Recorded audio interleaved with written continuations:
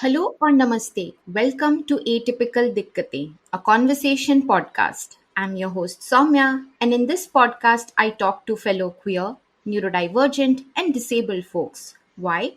Because I want to. It is a journey to build solidarity, queer intimacy, and a community. Today, I have Shisha with me. Shisha is a first year PhD student in the English department at Brown University. They are a poet, a troublemaker, a dog mom, a multilingual mess, and a lover of literature. They find excitement in travel, joy in their dog Malaika, and purpose in working with writers. Hello, Sisha. How are you? Thanks for joining me today. Hello, Soumya. It's so wonderful to be here. I'm very excited for today. Same. It's mutual. I'm so excited to talk about various things, especially your love of literature. But yeah, let's dive into it. Um, when did you realize you were queer? How was your journey of accepting your queerness? And how did it impact your relationship with your family? Sure. So I always knew I was queer. I just didn't necessarily have the language for it because nobody told me that it was a possibility. Which it would have been nice to know that this is a way of living and loving that was available, but it wasn't to me. Um, I was around the age of 14 when I came out in terms of my sexuality. I was very comfortable with my sexuality. My parents and my family were not. And that did cause a certain level of conflict. At the time, I used to be very sad about that. But now looking back, a decade later, I had a relatively good coming out story. There are people who have had much worse experiences. Um, I consider myself lucky in that way, even though the situation was not necessarily as positive as I would have liked it to be. In terms of my gender identity, that I came to realize sometime in college, and being the nerd that I was, I looked at what was happening in terms of my gender emotionally and intellectualized it. So I spent a lot of time in the library reading my Judith Butlers and my Lauren Berlants, trying to understand. And I arrived um, partially with the help of that, but also partially with the help of just knowing non-binary people in college. So that was a great experience for me, and I'm comfortable where I am now at this time. Once again, my family is it. We love each other. Doesn't mean we have to like each other, and that's the way our dynamic works. And I'm coming to accept that at this point. I agree and I relate to whatever you shared a lot. And especially like after my diagnosis, so much trauma has resurfaced. And I'm also coming to terms with that. Hey, I love them, but I don't have to like them all the time because of everything that I have been through, the trauma and everything. It's not been easy. And that has also impacted my self worth and self esteem and how I accept and see myself. So, I relate to that. And I also remember that time in university when I was also poring over all the books by Judith Butler. So, yeah, I relate to what you shared. I see a resemblance. But yeah, coming to the next question. So, while navigating through the Indian legal system, have you encountered any specific challenges or discrimination as a queer person? How do power dynamics within the legal system affect your ability to assert your rights as a queer individual?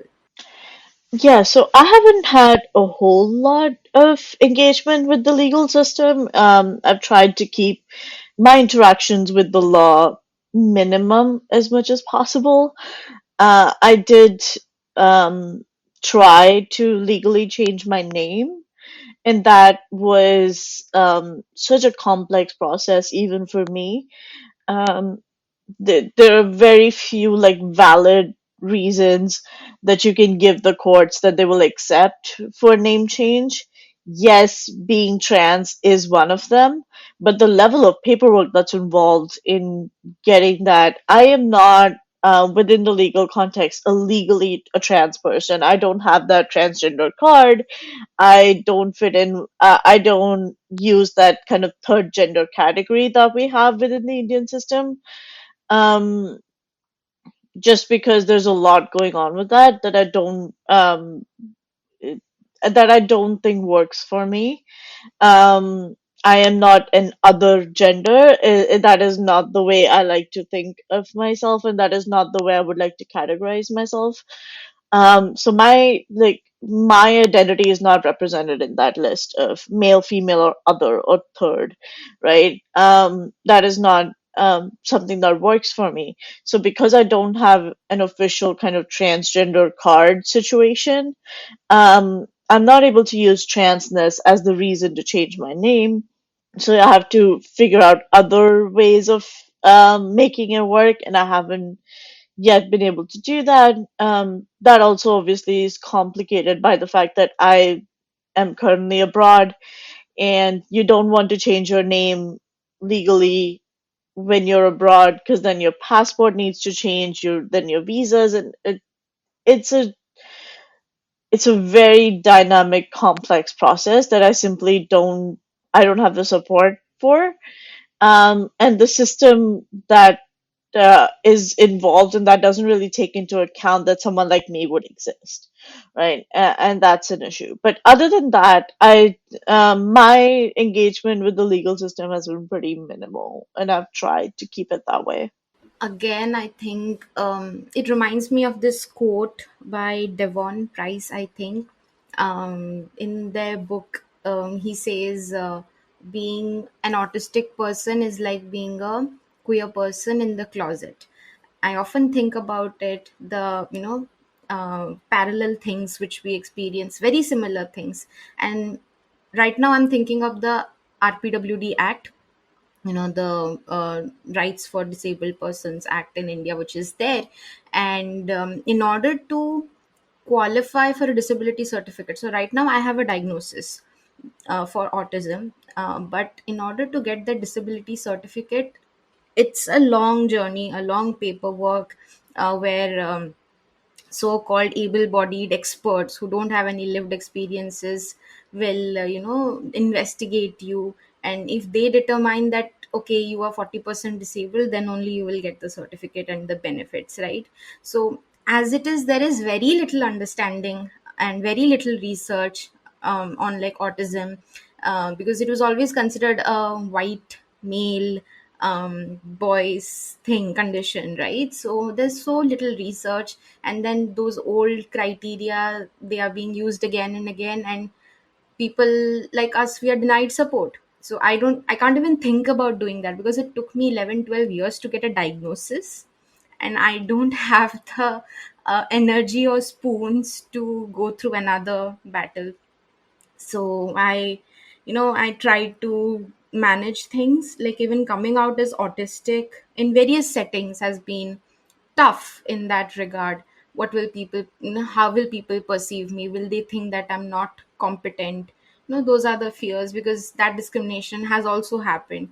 So I see a lot of parallel things when we talk about these identities. So it was very relatable in that sense. Yeah, now that we are talking about disability, I want to ask you, could you describe your experience with psychosocial disability and how it intersects with your queerness? For sure. So I'm still kind of exploring and getting a sense of what's going on with psychosocial disability in my life. Um, I know that my depression and anxiety are connected to queerness, and that's definitely there. Um, Again, because of a lot of the red tape that you talked about, diagnosis is something that I haven't um, achieved yet, but also something that I've been thinking about, whether or not I even want an official diagnosis on my paperwork, for similar reasons. Then as the ones that you are describing, in terms of being discriminated against, in terms of like, am I going to be considered competent in a medical setting, where I want to make certain decisions that, knowing that I have a family who's not super supportive, they might not want me to make. So is an official diagnosis something they could potentially use to deny me the agency in medical settings? Is something that I am afraid of. So I haven't really fully pursued official diagnosis at all. But which honestly, it really is a weird situation where I've spent the last few years, 3 or 4 years, wondering if I'm autistic, wondering if I have ADHD, and I can't pursue a test for fear of it actually coming out positive. Um, and as much as like the disability community likes has been supportive in terms of like a self-diagnosis is valid, um, I don't feel like I'm qualified to make a self diagnosis, in the sense of like I don't understand these conditions well enough to make a self diagnosis, because there is no research out there. Like you said, there's nothing out there that I can refer to and be like, okay, here's a study of how autism manifests in like non binary people, and like it works. Like there's nothing like that out there. So, yeah, I don't know. I feel uncomfortable claiming those spaces and claiming those identities at the moment. What I do know is I only got through college because I listened to a bunch of people who were neurodivergent, who told me about strategies that worked for them.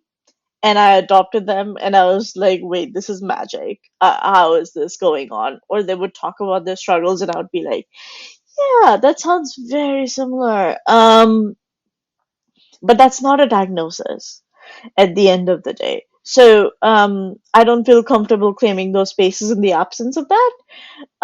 But I also don't super feel comfortable pursuing that. I don't know if that answers your question, but that's where my head's at the moment.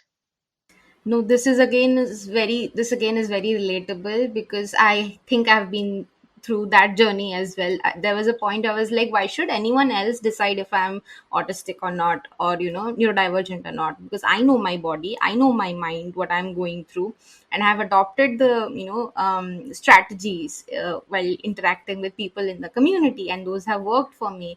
Those helped me make sense of my lived experiences. But without that official thing, it was so difficult to get, because I have certain rights as well, and I do need that support and accommodations, especially in the workplace when things change a bit. So I had to get that in order to get my rights in a way, because before that I didn't have any quote unquote proof, to even ask for those accommodations. So I relate to that, and I was so scared of taking up space, I swear. I was scared of using the term disabled for myself, and or even autistic for myself. I use neurodivergent because it is not a medical term, right? It came from the movement, the neurodiversity movement. So I have been through that journey as well. But and I was so scared because the laws in certain countries like Australia, New Zealand, they are not disability friendly. Like, you can be deported, like, so that it said, it like they think that it's a burden on their healthcare system, right? So I had all those fears, and that's why I didn't want to get a diagnosis. But I reached a position where I had to, and I wish that wasn't the case. Because also these labels, I think they are limiting, because neurodivergence, as we talked about it, there's so little research. So even all these conditions are not researched properly. There's a lot of overlap that is there, and sometimes people try to fix these conditions under these labels, which is limiting. It's like, this, okay, this is autism, this, it's ADHD, but it's more than that. and so sometimes they, like, the challenges or the conditions might be parallel, sometimes they might be oppositional as well, conflicting. And so how do we navigate them? I often think about that, because so obviously, like, more research needs to be done, more thought needs to be put into these things, especially by those who are working on the mental health sphere.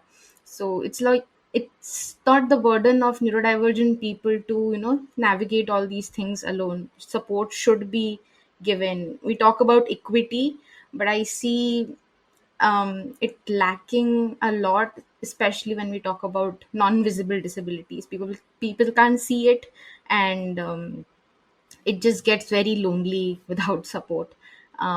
So yeah, like, again, it's a great segue for my next question that I had for you.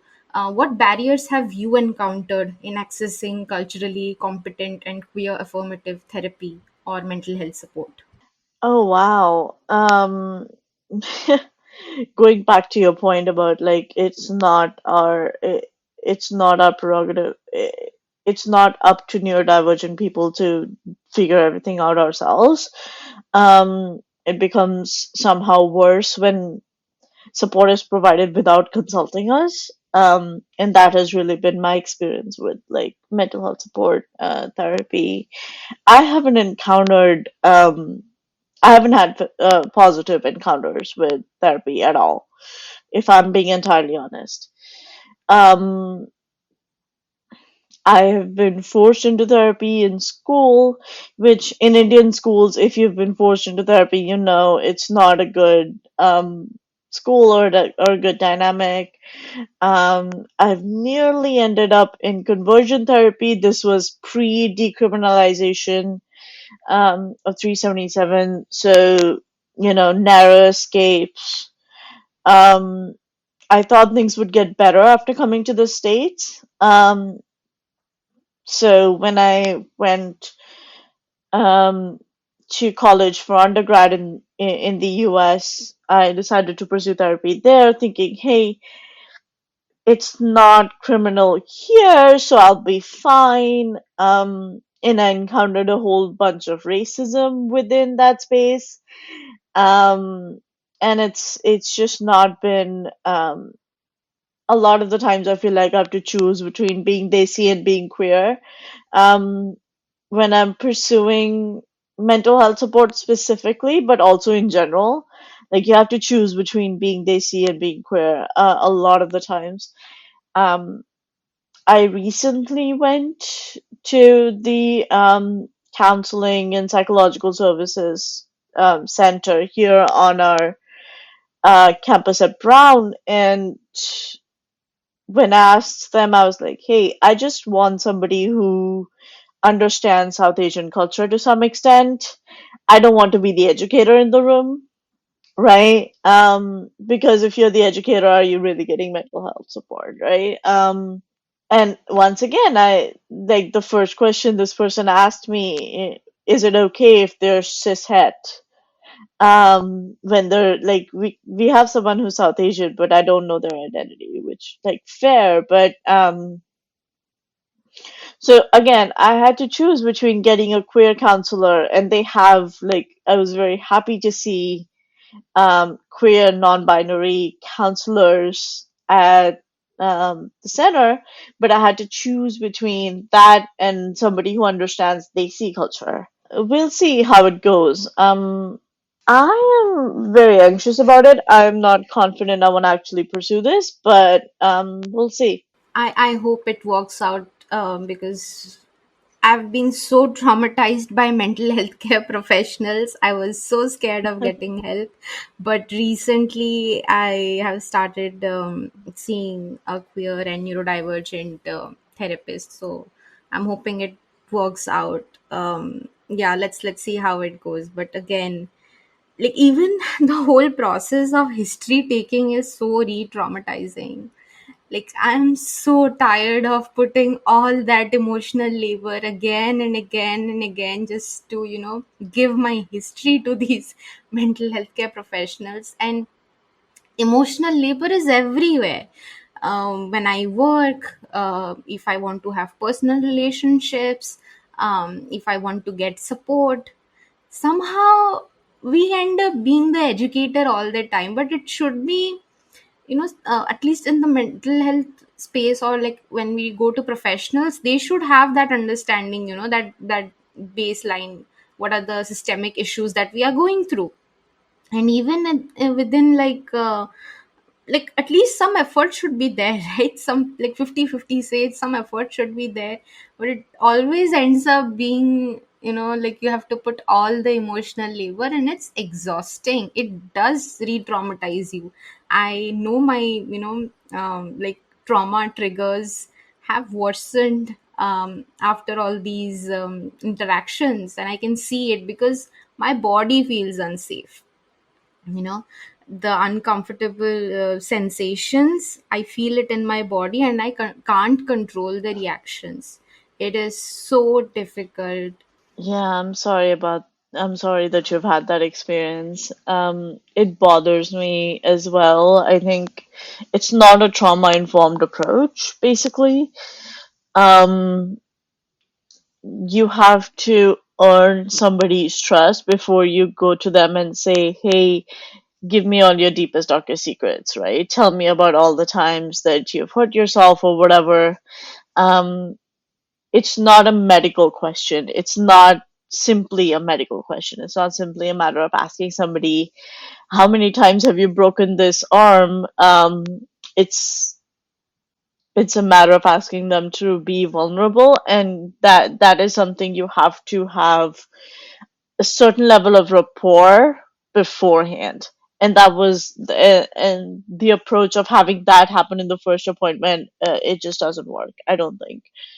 um yeah, the way intake is done with certain by certain practitioners is just, it's not informed um by an understanding of trauma, I don't think. I just hope more and more marginalized people from, like, different marginalized identities um, come into the space, because I see that as one of the ways to change the landscape, or make it a little better. Because most of them don't come from lived experiences, and yeah, that's why it's even more traumatizing, and it's very scary to ask for help. It's very scary. um yeah, so one of the questions that I wanted to ask before we got into this discussion, you mentioned about, like, you having to choose between being queer or desi in the States. So, coming back to that, have you encountered instances of queerphobia or toxicity within the queer community, either here in India or even, in the US? And how did you navigate these situations? How can the queer community work together to address the internal conflicts that we have, so that we can create a more inclusive and supportive environment for different intersectional identities?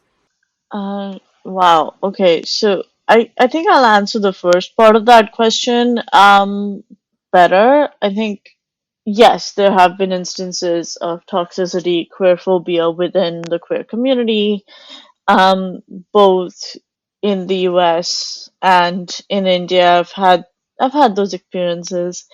A lot of the times it comes down to either a very rigid understanding of what queerness is, which is just like either like bisexuality doesn't exist, or what are they them pronouns, is that's taking things too far, or it comes down to an attitude of, well, you're not queer enough to a great extent simply because I choose to dress in a way that is more femme, that is more aligned with my gender that was assigned to me at birth. That's a choice I make, partially because that's how I want to dress, partially because that's how it's safe to dress.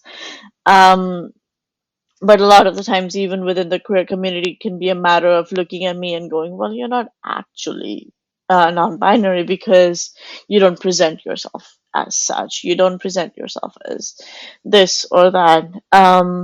And To me, it's um, do I have all the answers in terms of like how we can promote a more inclusive environment? No, I really don't. What I do believe in is not um talking to people and saying, well, this is your identity, like you are not valid because you made X, Y, or Z choice.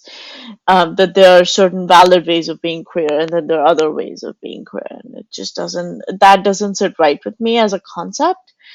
um, and that's definitely one way to be more inclusive, is to be like, hey, queerness happens in all of these different circumstances. Let's talk um, about why we're doing this. And one thing that's important to understand is that when we're looking at queer communities in any country, there is a subculture that's associated with it. There's a certain type of dress, a certain type of music, a certain type of cultural associations that every community has associated with it.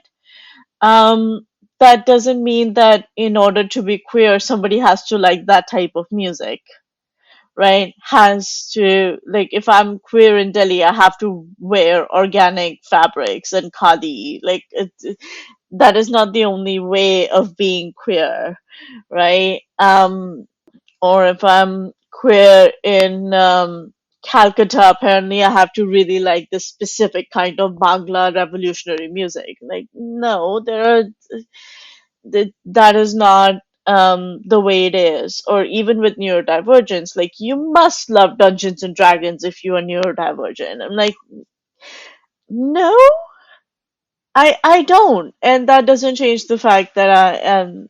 It just, so there's certain things about the way um the culture operates versus like the identity operates that's interesting to me, but also that I feel does a good job at excluding people who would potentially be part, because it narrows down our idea of um what members of this community look like and behave like.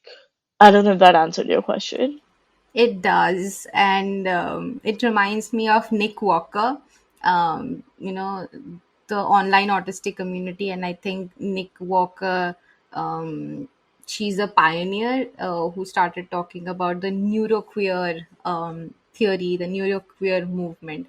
And I love that because nobody, like, there's no fixed definition on, no fixed characteristics on, there's nothing, like nothing is fixed. You can be whoever you want to be. So whenever I identify as neuroqueer, so when I say that, I can, it's a universe, and I'm a star in that universe. I can be whatever I want to be. Like nobody's going to put me in a box, in a label, under a label, where I have to do these things in order to, qualify as being queer or, neurodivergent. Because I I feel lonely even in queer spaces, and even in, like, autistic and neurodivergent spaces, because I can't relate with the culture, or, like, I'm a different person. I just feel so lonely even in these spaces. um I don't watch a lot of the stuff that people watch and talk about. I don't listen to a lot of stuff that people listen to and talk about. So I don't relate to that, like, but I'm still queer. I'm very much, neuroqueer. I'm still very much autistic. But yeah, it does get lonely in these spaces when certain cultural characteristics are associated. Oh, if you are queer, you'll do these things. If you are ace, you will do these things. If you are neurodivergent, oh, you have to be a nerd. I mean, I am a nerd, but, I'm not into board games, for example, or, those things. I'm not into them. So yeah, like, it does make things a bit lonely, to be very honest. Yeah. But yeah, I want to ask you, what brings you joy as a queer person? How does your queerness bring you joy? Oh, that's such a good question. I think there's a certain level of connection that comes in when you embrace your queerness and when the people around you embrace their queerness and you're all like embracing your queerness together. Um, there's beauty in that and there's comfort in that. And there's love in that. And I don't mean love in like a romantic sense. I mean very much as a self-love thing and as a love of community thing. Um, that is joy, that is fun.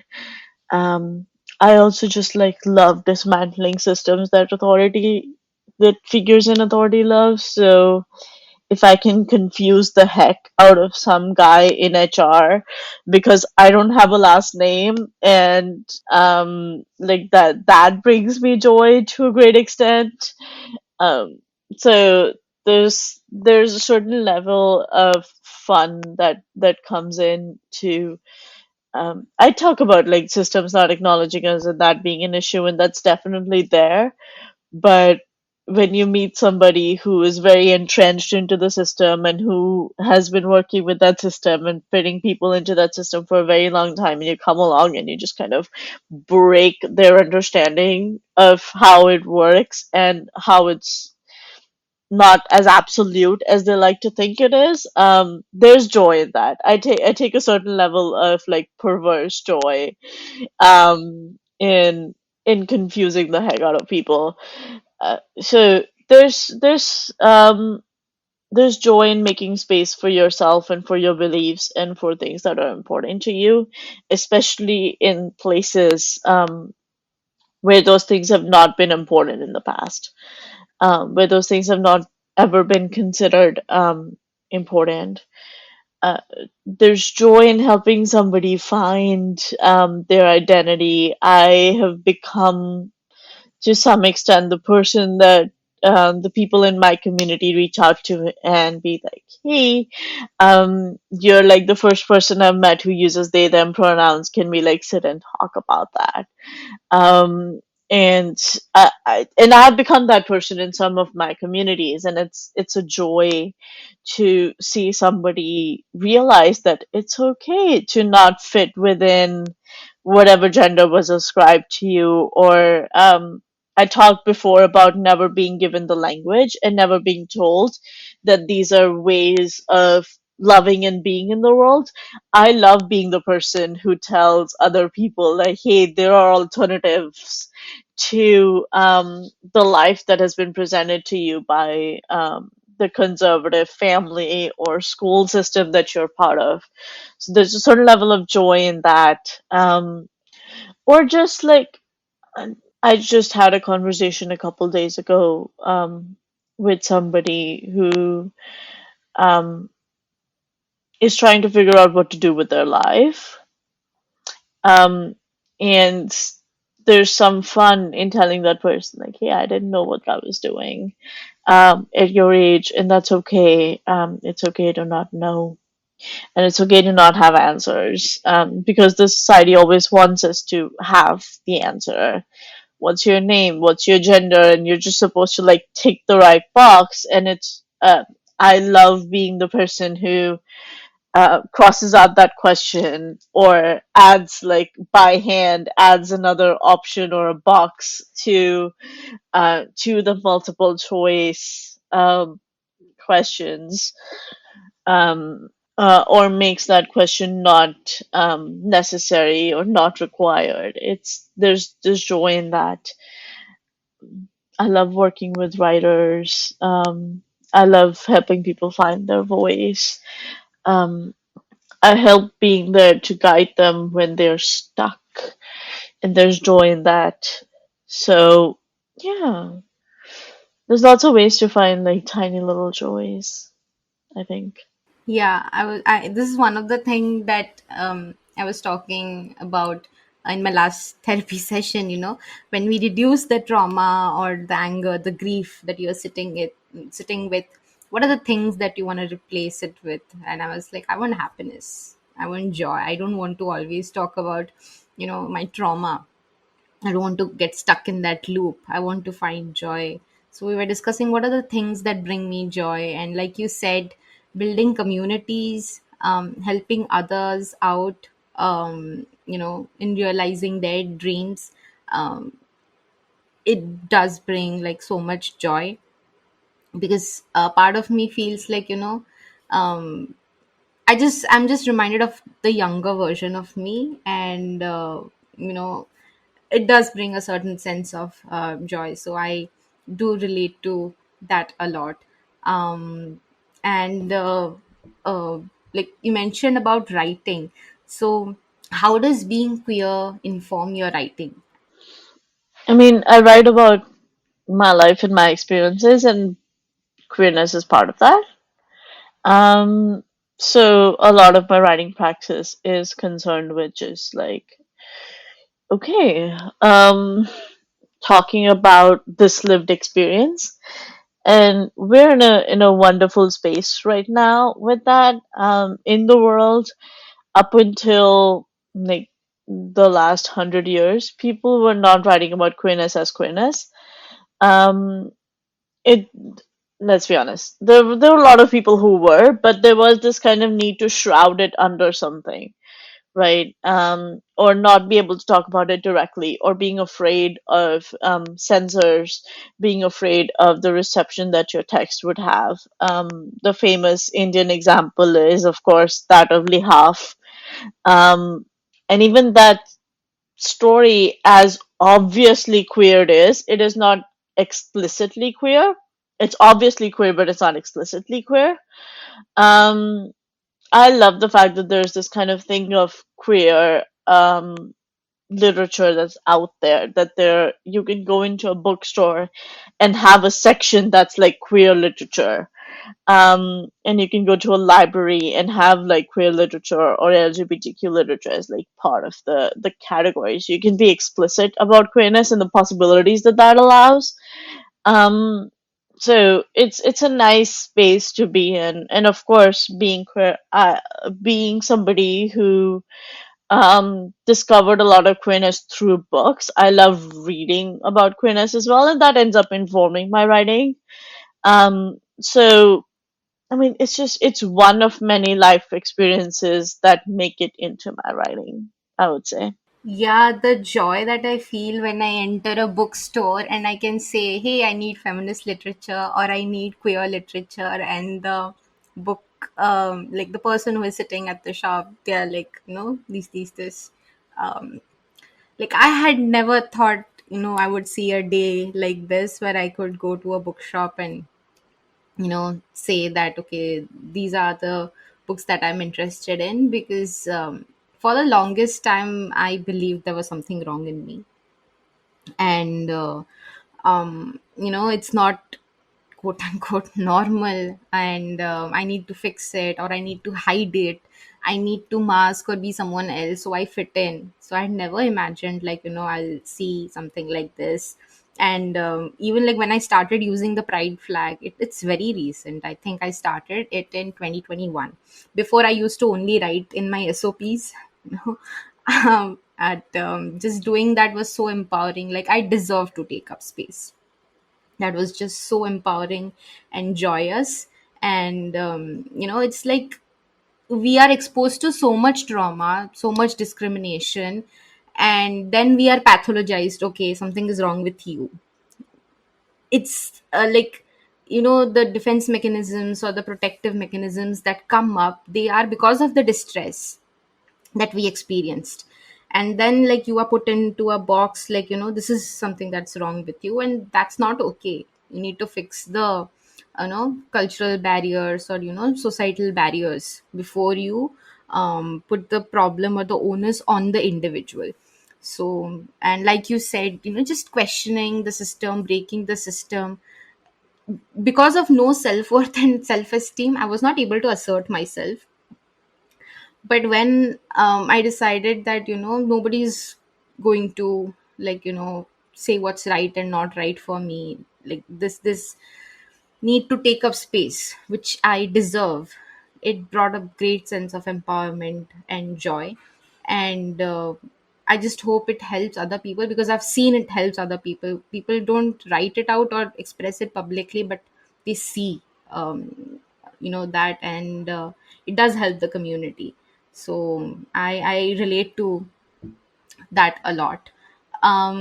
So yeah, another question that I had is, how do you balance the desire to raise awareness about queer experiences through your writing and the need for creative expression and storytelling? Because I struggle with it a lot. My personal life is my professional life, and I'm always talking about social political issues, but I also know I don't have the bandwidth for it. So 10-12 hours every day I'm working, I'm thinking.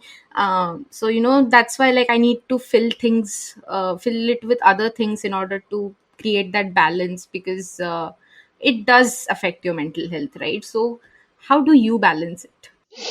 If I'm honest, I don't. I used to put on myself the pressure of being the queer writer and being like there are a lot of queer voices in the queer desi voices out there in the writing scene, but none really that are similar to mine. So I used to put on myself that pressure to, you know, raise awareness and represent the queer experience. And I just stopped. It's like that's a lot of pressure to put on anybody. And that is not something that I need to be doing to myself. Um, so the only pressure I put myself on now is to be authentic in telling my own story. And my story is a queer story, but it's not exclusively queer as far as the story is concerned. There are other elements to it, and it is not the only queer story. There are others out there, right? And part of the work that I do with young writers is, or emerging writers, is designed to be like, I don't have to be the only queer voice, or I don't have to be one of the only queer voices. Um, if I not putting the pressure of that on myself, I'm helping an emerging writer who's also queer kind of like come up, right? And um that's beautiful in and of itself. Um so yeah, I don't put on myself the pressure to raise awareness about queer experiences at all. Um I talk about being authentic to my life, which is a queer life. But it's more than that, and there are more queer lives out there, and that's okay. Um, and that is how I I balance it, I suppose. I don't know. No, Yeah. no, that makes sense. And this also reminds me why I started the podcast, um, to experience joy. Like, this was, I Hmm. mean, I got grant, chota grants, small grants and fellowships that happened Hmm. later, but the idea was to chronicle these stories, chronicle the joy, because there's Hmm. so much out there. People are speaking about us, they're talking about us from their lenses, from a very heteronormative, from a very able-bodied lens, all of that. But what about queer joy? Or what about autistic joy? What about disabled joy? There is rage, there is frustration, which is valid, but there's also joy, and we are not always victims. That narrative that is there out there, that needs to change. Like, fighting every single day all these societal barriers, like, we are not victims, but also don't put us on a pedestal that, okay, it's so inspiring to hear these stories. No, work on the systemic issues, please. So yeah, I like, I'm just reminded of that. Yeah, the thing that I always tell my friends who are trying to be allies and not necessarily able to figure out how to be allies is to stop admiring me for being strong and start removing the reason I need to be. And that's true for everybody in every circumstance. If you're trying to be an ally, don't admire the person for being strong, for being resilient, being, insert adjective that you want to put in your advertisement here, um, and start removing the reasons they have had to be because they're not strong. Like people like to be all like, "Oh, you're a strong woman," and I'm like, "Not by choice." So like neither strong nor a woman by choice. So like think about that for a second, right? And those are important things to think about. So if you want to be an ally, there's your blueprint, one of the many blueprints for being a good ally. Yeah, definitely. Like, shift the lens, we shouldn't be doing the emotional labor. Everything is out there, and we have been putting it out for years actually. And still, somehow, people don't read it up, or, that it does need intentional work. If you want to be an ally, it's not just what a noun, it has to be a verb, right? Allyship is a verb. Mm. You need to act on it, you need to show it, and for that you need to do the work. Even our loved ones, if you want to support it, because power dynamics exist. When marginalized identities come into play, power dynamics exist, and you need to acknowledge that. That is the Mhm. first step. You can't just like brush it off. I don't know why, but accepting privilege is very difficult for people. Like, I understand it takes a journey and everything, but like privilege is not black and white, right? You might be privileged on certain fronts, you might be disprivileged in other fronts, and it is okay to accept that and work on it. That is how you understand intersectionality and live it. And even like in the social justice space, when you get opportunities, when you take space, it also elevates your social status in a way, when other people are not able to get it from the community. So even that is also a privilege, and people need to start acknowledging it, so we can make, actually, um, create an equitable environment, actually practice disability justice, feminist justice that we talk about. So yeah, I often think of that, like, I think Mia Mingus told it right. Like, marginalized people are some of the worst in acknowledging their privileges. I don't remember the exact words, but it was something similar. But yeah, I often think about that. So yeah, I have my final question for you. Could you describe the key differences that you observed between the education systems in India and the States, particularly in their treatment of queer issues and inclusivity?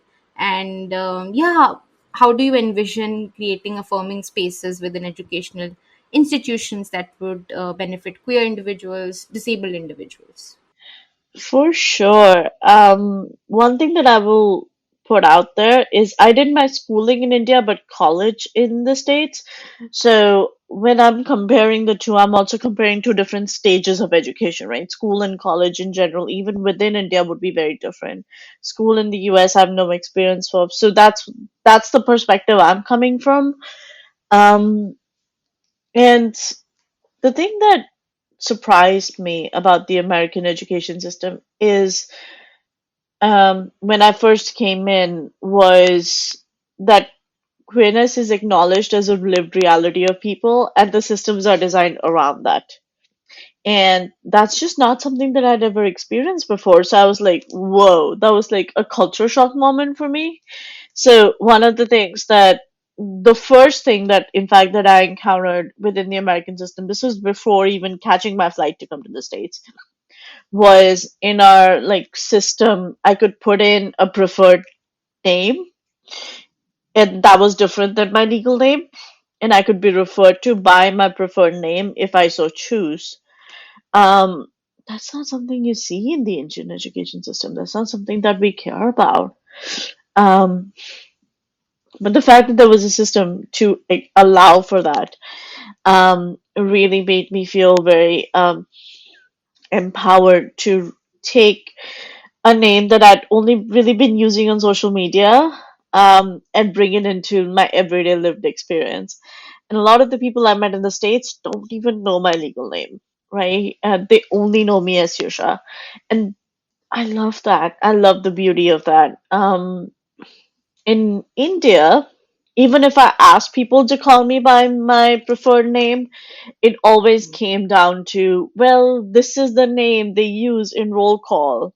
that the teacher uses when she's taking attendance, or that is used in the system. So it would never like take the preferred name would never take on. Um, so it was empowering to me that my classmates did not know my legal name unless I chose to disclose it to them, right? So those types of things were very powerful. We had student groups who were queer centered, which was beautiful. Here at Brown, it's amazing. So I go to when I come here, my first thing that I did was go to the ID center to get my card, my student card. And it had my preferred name on it, and that just brought me so much joy. But like there's two separate centers here that are funded by the university, one for the study of gender and feminism, and a different one for queer students. So there's an LGBTQ center, and then there's a gender center, and those are two separate centers. And wow, and those two are like student life centers. There's also an academic center for feminist and gender studies, which is a separate thing. So there's three separate centers that are dealing with this as an identity. And all of that is included. They have web pages that have very like detailed information on how to get certain things within the university if you need to.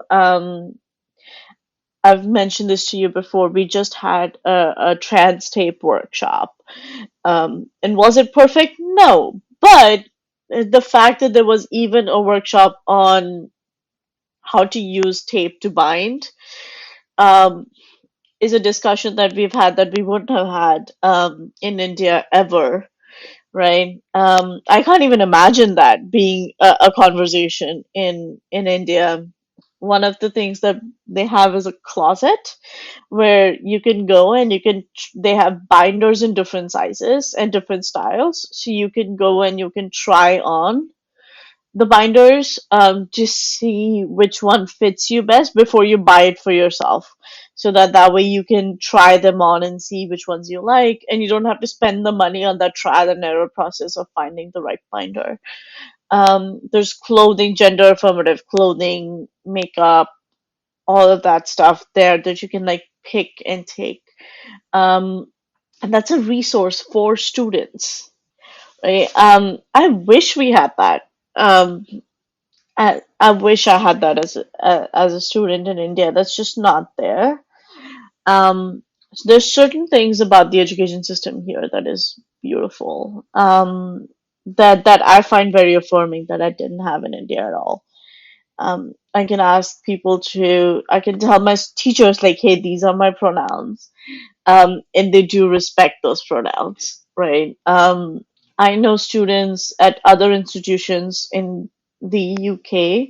I did study abroad in the UK, but I knew students who had reported their teachers for not respecting pronouns when they had been disrespected, and there's space for them to um, complain against teachers who are being toxic, right? That is something that I would love to see, that I would have loved to have had. I had a few teachers I would like to report for being toxic. Even today in India, I would love to report them, but like those are not spaces that we had. So it's not perfect here. There are issues for sure, and I do want to acknowledge that and keep in mind. But there is a certain acknowledgement here within the education system that one, queer people exist.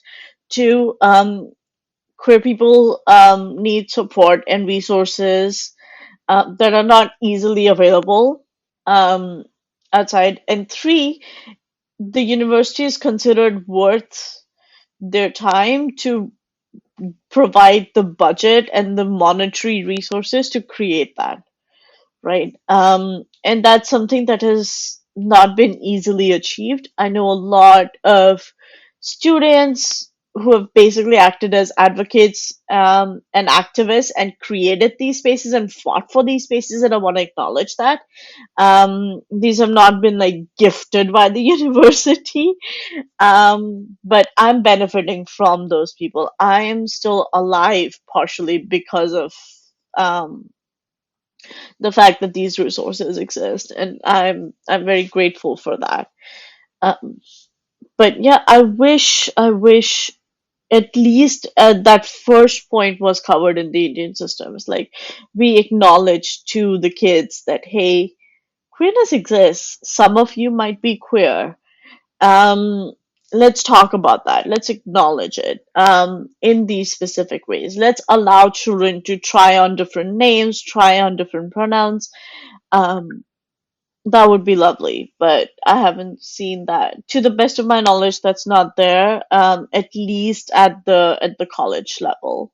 Sorry, at least at the school level, which is the experience that I have. Yeah, even that acknowledgement can do so much for queer people's well-being, emotional well-being.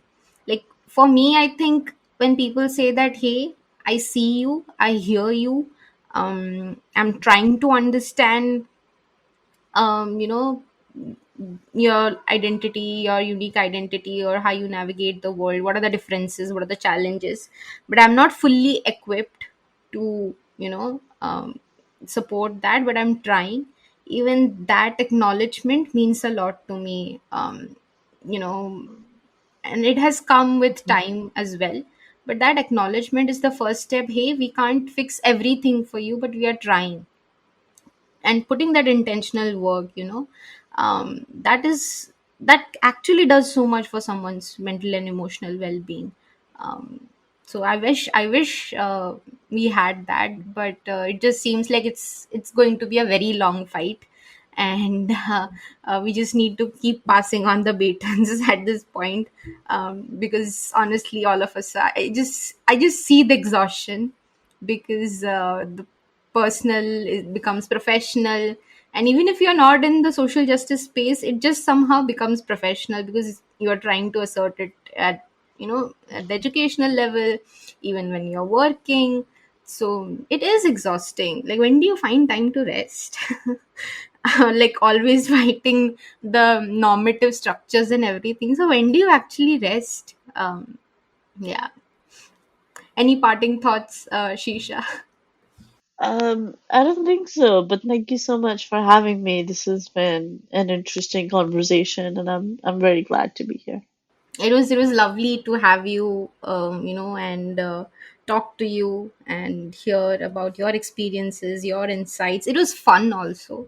It was fun. I was laughing, I was smiling, and that was like one of the things that I wanted to achieve, to build that intimacy, that queer intimacy, that sense of community. And when someone else hears this, they will be like, oh, hey, I relate to this, you know. So I hope it happens to someone out there. But thank you again for joining me today.